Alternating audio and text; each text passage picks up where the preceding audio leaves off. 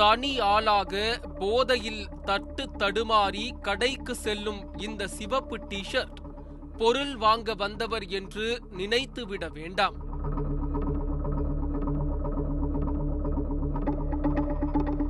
சிறிது நேரத்தில் அவரால் அங்கு அழைத்து வரப்பட்ட அவரது நலம் விரும்பிகள் செய்த காரியம் அந்த கடைக்கே பாதகமாக முடிந்திருக்கிறது.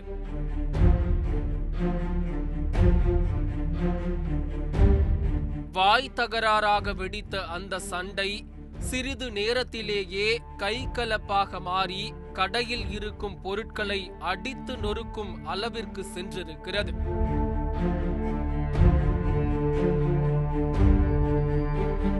இவை அத்தனையும் போலீசார் கண்முன்னே நடந்திருக்கிறது.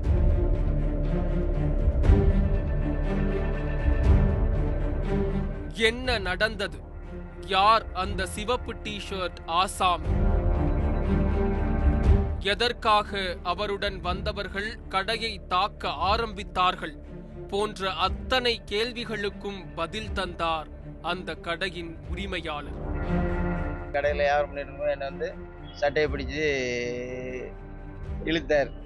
இழுக்கும்போது நான் என் சட்டை பிடிச்சி இழுக்கன்ட்டு பிடிச்சி வெளியே கடையை விட்டு வெளியே போப்பான்ட்டு தள்ளி விட்டேன். திருநெல்வேலியை பூர்வீகமாக கொண்டவர் சக்திவேல். 52 வயதான இவர் 30 வருடங்களாக சென்னை பாரதி நகரில் லிங்கம் என்ற பெயரில் மளிகை கடை நடத்தி வந்திருக்கிறார். இவருக்கு கல்லூரிக்கு செல்லும் 2 மகன்கள் உள்ளனர். மாலை நேரங்களில் தந்தைக்கு உதவியாக அவர்கள் இருவரும் மளிகை கடையில் வேலை பார்ப்பது வழக்கம். சம்பவத்தன்று இரவு இதே பகுதியை சேர்ந்த அதிமுக நிர்வாகி தனசேகர் என்பவர் போதையில் இருசக்கர வாகனத்தில் வந்திருக்கிறார். சக்திவேலின் கடை முன் வந்ததும் தனசேகர் போதையில் நிலை தடுமாறி விழுந்திருக்கிறார். அவருக்கு தண்ணீர் கொடுத்த சக்திவேலும் அவரது மகன்களும் கைத்தாங்களாக பிடித்து கடை அருகே அமர வைத்திருக்கிறார்கள்.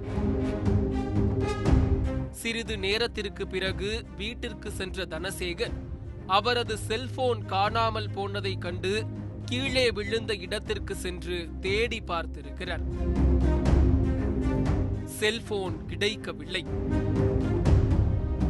சக்திவேலும் அவரது மகன்களும் செல்போனை எடுத்து வைத்திருக்கலாம் என்ற சந்தேகம் தனசேகருக்கு வலுத்திருக்கிறது.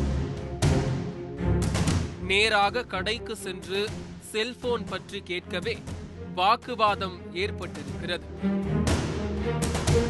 அதன் தொடர்ச்சியாக தனசேகர் கீழே தள்ளிவிடப்பட்டிருக்கிறார். இதனால் கோபமடைந்த தனசேகரின் உறவினர்களும் நண்பர்களும் சக்திவேலின் கடைக்கு வந்து வாக்குவாதத்தில் ஈடுபட்டு கடையை சூறையாடியிருக்கிறார்கள். பிரச்சனையை தடுக்க வந்த போலீசாரிடமும் தகராறில் ஈடுபட்ட தனசேகரும் அவரது ஆட்களும் காவலர்களையும் தாக்கிவிட்டு அங்கிருந்து தப்பி சென்றிருக்கிறார்கள். போலீஸ்காரங்க உடனே வந்தாங்க. வந்து அவங்க தான் உயிர். நாங்கள் வந்து அந்த நேரம் அவங்க வரலன்னா எங்களுக்கு உயிருக்கு பாதுகாப்பு கிடையாது. எங்களை உள்ள வச்சு சொட்டரை மூடிட்டாங்க. இல்லைன்னா எங்களுக்கு உயிர் சேதம் இருக்கும். கொலை முயற்சி தாக்குதல். இந்த சம்பவம் தொடர்பாக வழக்கு பதிவு செய்த போலீசார் தனசேகர் மற்றும் அவரின் நண்பர்கள் ரவி, பிரகாஷ், சதீஷ், முருகேசன் ஆகிய 5 பேரை கைது செய்து விசாரித்து வருகின்றனர்.